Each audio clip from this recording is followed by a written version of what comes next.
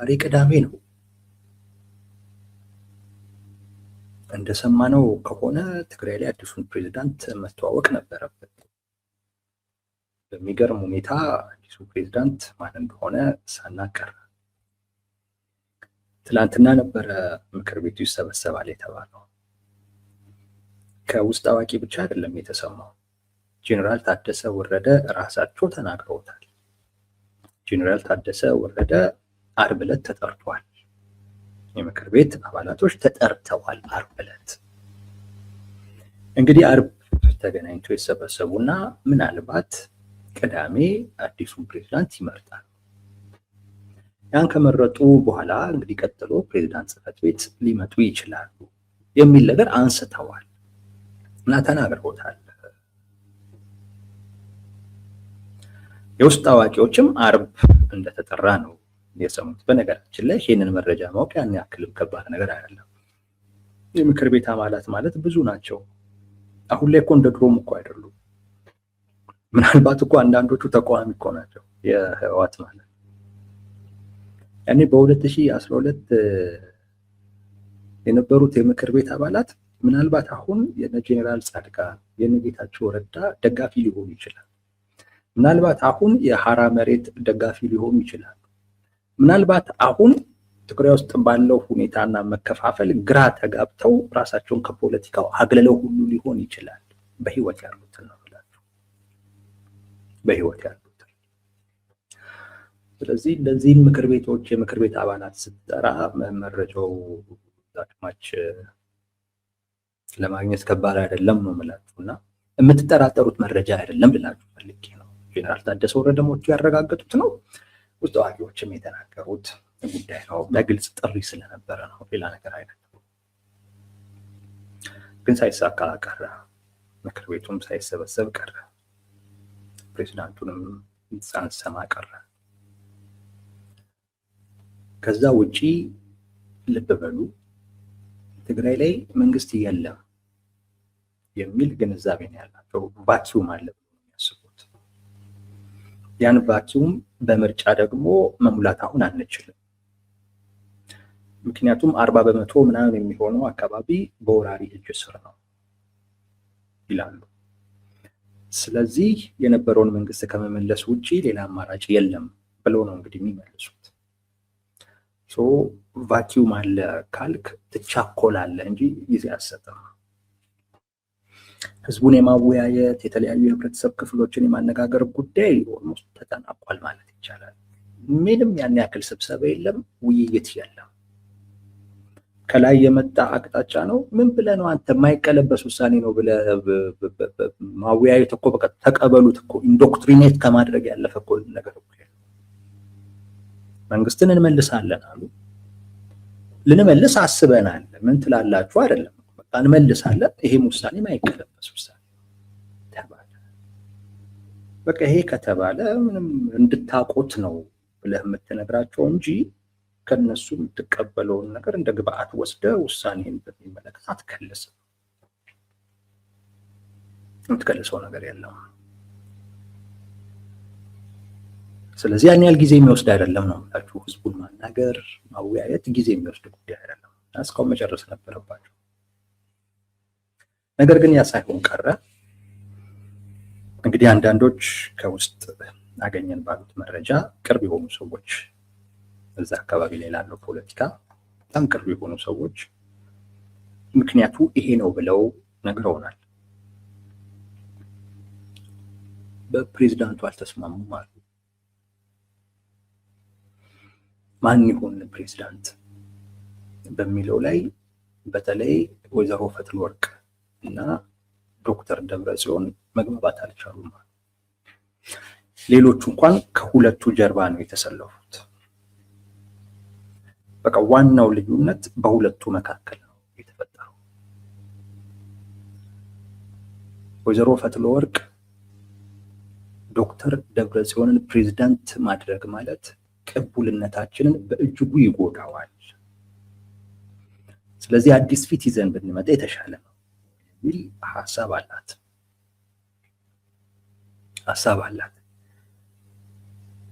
አሁን ነው ዶክተር ደብረጽዮን ይህን እንዴት ሊቀበለው እንደሚችል አላውቅም። አንተን ወደ ፊት ለፊት ብናመጣ ህዝቡ አይቀበለንም ወይ የሆነ የማህበረሰብ ክፍል አይቀበለንም የሚለው ነገር ለዶክተር ደብረጽዮን ዱላ ነው። እውነቴን ነው የምላቸው። ህዝቡ ህወሓት ናፍቃኛለች እያለ አንድ ቀን እኮ ማደር አልነበረበትም እንኳን 3 ዓመት መቆየት እያለ ህዝቡ በዚህ ደረጃ እየተናገረ የህወሓትን ናፍቆት እየገለጸ ነው እየተባለ ባለበት አይነት ሁኔታ ሊቀመንበሩን ፊት ለፊት ማድረግ የህወሓትን ሊቀመንበር ቅቡልነትን ይጎዳል ማለት በጣም ለዶክተር ደብረጽዮን የሚዋጥ አይነት ነገር አይደለም። ስላልተዋጠላቸው ሊሆንም ይችላል። ምናልባትም ደግሞ አይ ስልጣኑ ለኔ ነው የሚገባው ብለውም ሊሆን ይችላል። ዶክተር ደብረጽዮን ያው ወይዘሮ ፈትለወርቅን ሐሳብ በእጅጉ ተቃውመዋል እና ምክንያታዊ ሆነው ነው የቀረቡት። እሳቸው 2012 ላይ የነበረውን መንግስት እንመልሳለን ካለ ያን መንግስት ይመራ የነበረን አካል ደግሞ እንቀይር ማለት ምን ማለት ነው የሚል ጥያቄ ነው ያነሱ። ምን ማለት ነው? ህዝቡ አይቀበለንም የምንል ከሆነም እንዴት ማለት ያን መንግስት ከተቀበለ እንመልሰው እሱን ይቀበላል ካለ ያን መንግስት ይመራን የነበረን አካል እንዴት አይቀበልም? እንዴት ነው እየታሰበ ያለው በሚል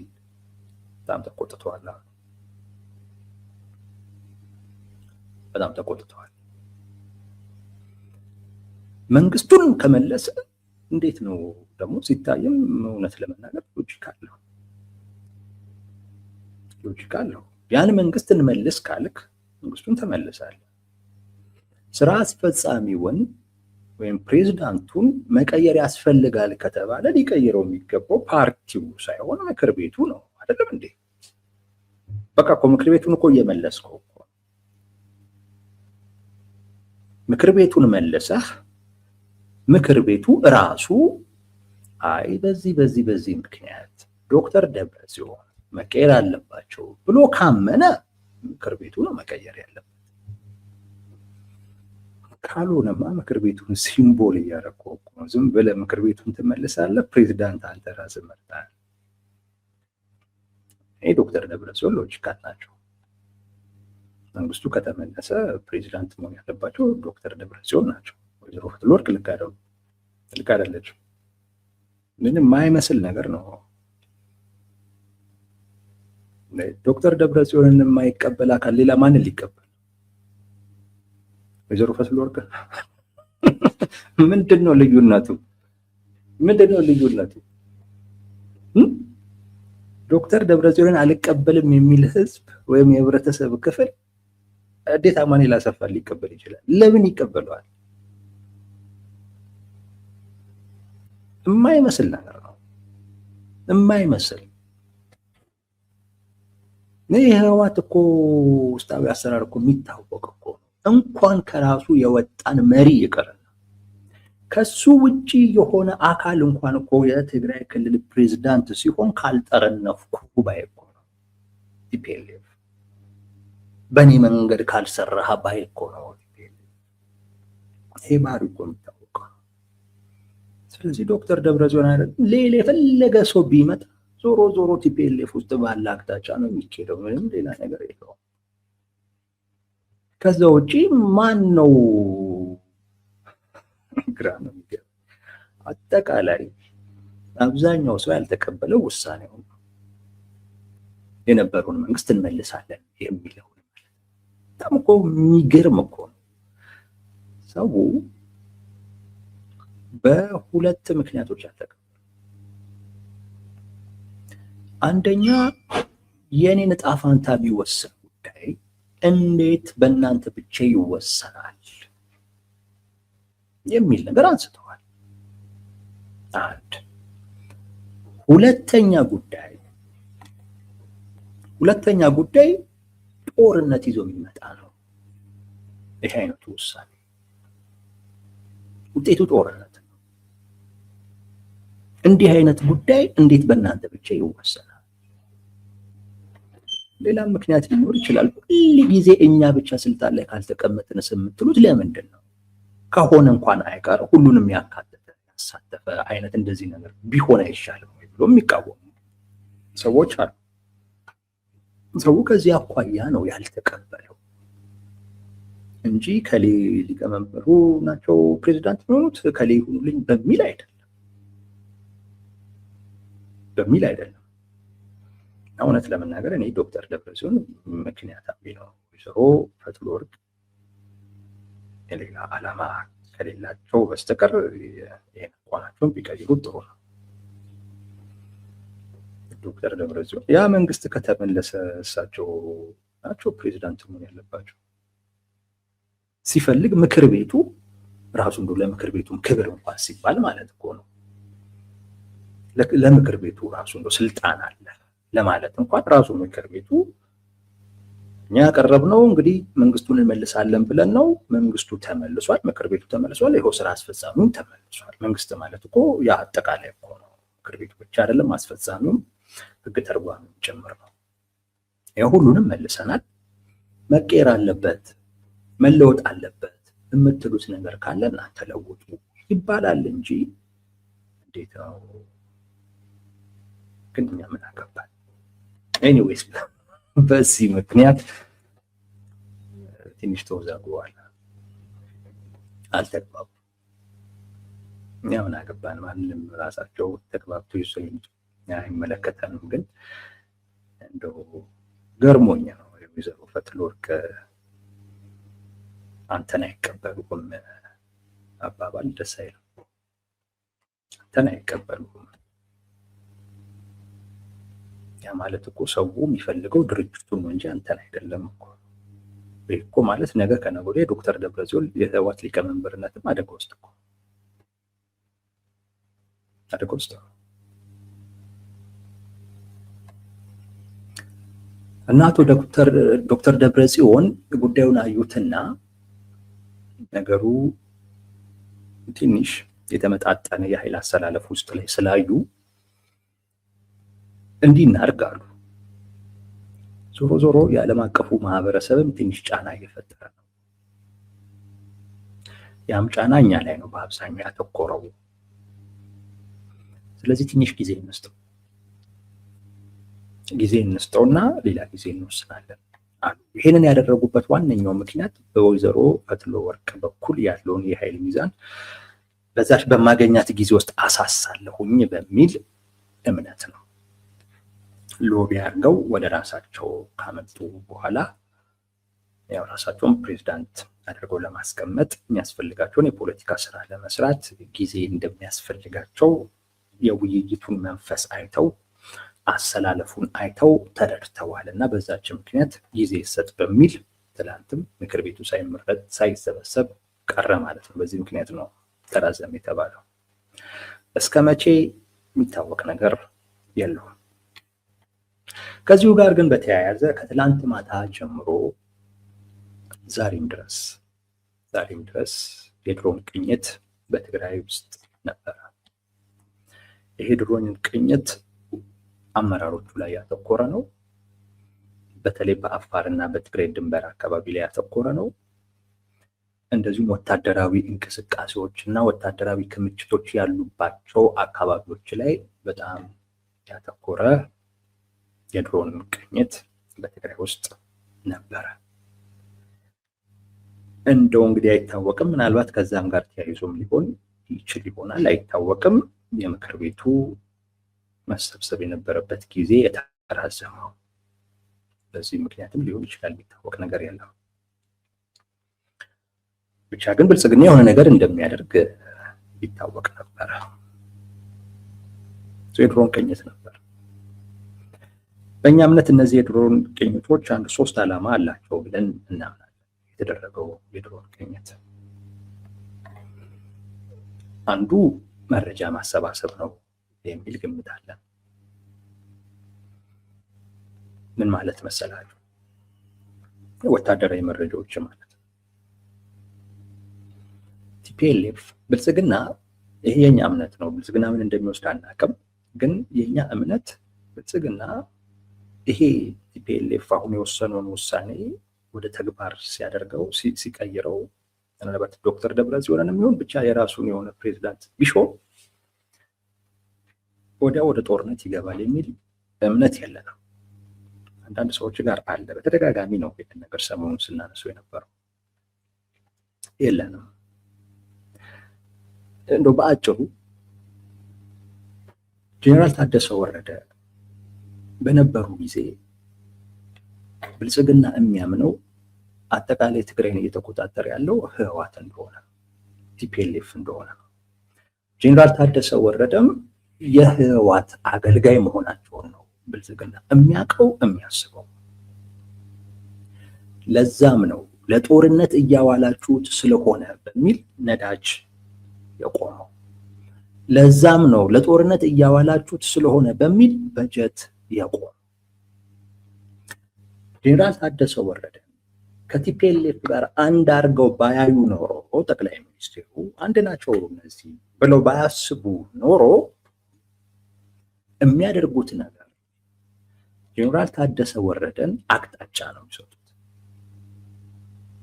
የሚላከውን በጀት የሚላከውን ነዳጅ ቲፒኤልኤፍ የሚባለው አካል ይሄን እያደረገ ነው። ስለዚህ ወይ ተጠያቂነት አስፍን ወይ ደግሞ ቁጥጥር ዘርጋ፣ የቁጥጥር ስርዓት ዘርጋ ነው የሚሉት። ያ ሳይሆን ተጠያቂ የሚያደርጉት እሱ ነው፣ እሳቸው ስለሾሙት ማለት ነው። ምን ማለት መሰላችሁ? እውቅና ይሰጡታል እሱ ማለት ነው። ለጄኔራል ታደሰ ወረደ እውቅና ይሰጣሉ። እኔ የሾምኩትኝ መንግስት ነው፣ ስለዚህ አንተ የሾምከውን መንግስት አቅጣጫ ነው የምትሰጠው፣ እንዲያርግ ሳያደርግ ሲቀር ልትጠይቀው ትችላለህ፣ ምናልባትም ልታወርደም ትችላለህ። እስከዛ ድረስ ሊኬድ ይችላል። የትግራይ ኮንቴክስቱ ለየት ስላለ ማውረድ ይችላሉ አይችሉም፣ እንግዲህ እሱን አናውቅም። ግን የሚሾም አካል ማንሳት ይችላል፣ ከሾመ ማንሳት ይችላል። ቲፒኤልኤፍ ምን ይወስናል፣ ምን አይነት ሪያክሽን ይወስዳል የሚለውን እርግጠኛ ስለማንሆን ነው። የትግራይ ኮንቴክስት ትንሽ ለየት ስለሚል ነው። እንደዛ ነው የሚያደርገው። ጄኔራል ታደሰ ወረደና ህወሓት የተለያዩ ናቸው ብሎ ብልጽግና ቢያስብ ኖሮ ማለት ነው። ነገር ግን እንደዛ ስለማያስብ ያው ነው ለአንተም በጀት ብልክ ነዳጅ ለአንተም ብልክ እነሱ ናቸው ለጦርነት የሚያውሉት አንድ ናችሁ ብለው፣ ስለዚህ አንድ ናችሁ ብለው ብልጽግና እያሰበ ግን የጄኔራል ታደሰ ወረደን ስልጣን አስረዝሞታል። ለምን? ቲፒኤልኤፍን ቢያስተዳድረው ለእኔ ችግር የለውም። ጠቅላይ ሚኒስትር ትግራይን ዶክተር ደብረጽዮን ቢያስተዳድረው ምንም ችግር የለባቸው። ምንም ብቻ እሳቸው የሾሙት እንጂ ዞሮ ዞሮ ጄኔራል ታደሰ ወረደንም ባስቀምጠው ዶክተር ደብረጽዮን ናቸው የሚኖሩት ትግራይ በካውንስል በምናምን በሚባል። ጄኔራል ታደሰ ወረደ እኮ ራሳቸው እኮ እንደተናገሩት ምንም እኮ ስልጣን የለም። ምንም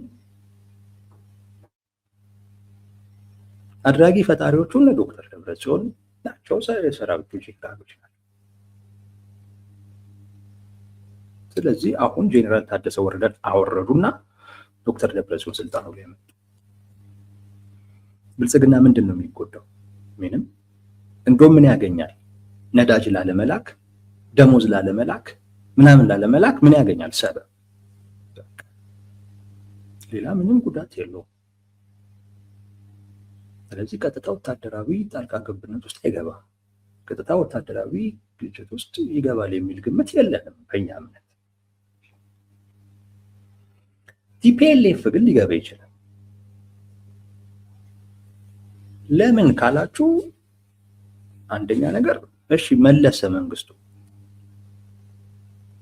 ከመለሰስ በኋላ በቃ ዝም ብሎ እኮ መቀመጥ አይችልም። የፕሪቶሪያ ስምምነት ግዛታችን አልተመለሰልንም ምናምን ብሎ እየከሰሰ አይደለም እንዴ? ስለዚህ የግድ ያንን ነገር ማድረግ ማምጣት ይኖርበታል ማለት ነው። ግብ እኮ አይደለም መንግስቱን መለሰ፣ እሺ ተቀመጡ፣ ከዛስ ዝም ብሎ መቀመጥ እኮ አይችሉም። ኃላፊነት ያዙ። አሁን ላይ አሁን ላይ ብልጽግና እንደዚህ ያድርግ ማለት አይችሉም። ለምን? በቃ ብልጽግናማ አልሰጥም ብሏቸው ፕሪቶሪያ ስምምነትን አፈረሰ ብለው እኮ እነሱ መንግስቱን መለሱት። በቃ ፕሪቶሪያ ፈርሷል። ምን ሊያደርጉ ነው ማለት ነው? ራሳቸው በኃይል ሊያመጡት አይደል? ብልጽግናን የመጠየቅ ብልጽግናን የመጠበቅ ጊዜው አብቅቷል እኮ። እሱ ስላበቃ አሁን ራሳችን ፊት ለፊት መተን የራሳችን የሆነውን ነገር መውሰድ አለብን። በኃይል ነው የተወሰደብን፣ በኃይል መንጠቅ አለብን የሚል እኮ ነው። ሌላ እኮ ነገር እኮ የለም። የሚመጡትም በኃይል ነው፣ የሚወስዱትም በኃይል ነው። ስለዚህ ለዛ ነው እኔ ቅድም ላይ የጦርነት ዝግጅቱ አልቆ ጦርነቱን እራሳችን መምራት አለብን ብለው ስላሰቡ ነው ይህን ውሳኔ የወሰኑት ያልኳችሁ ለዛ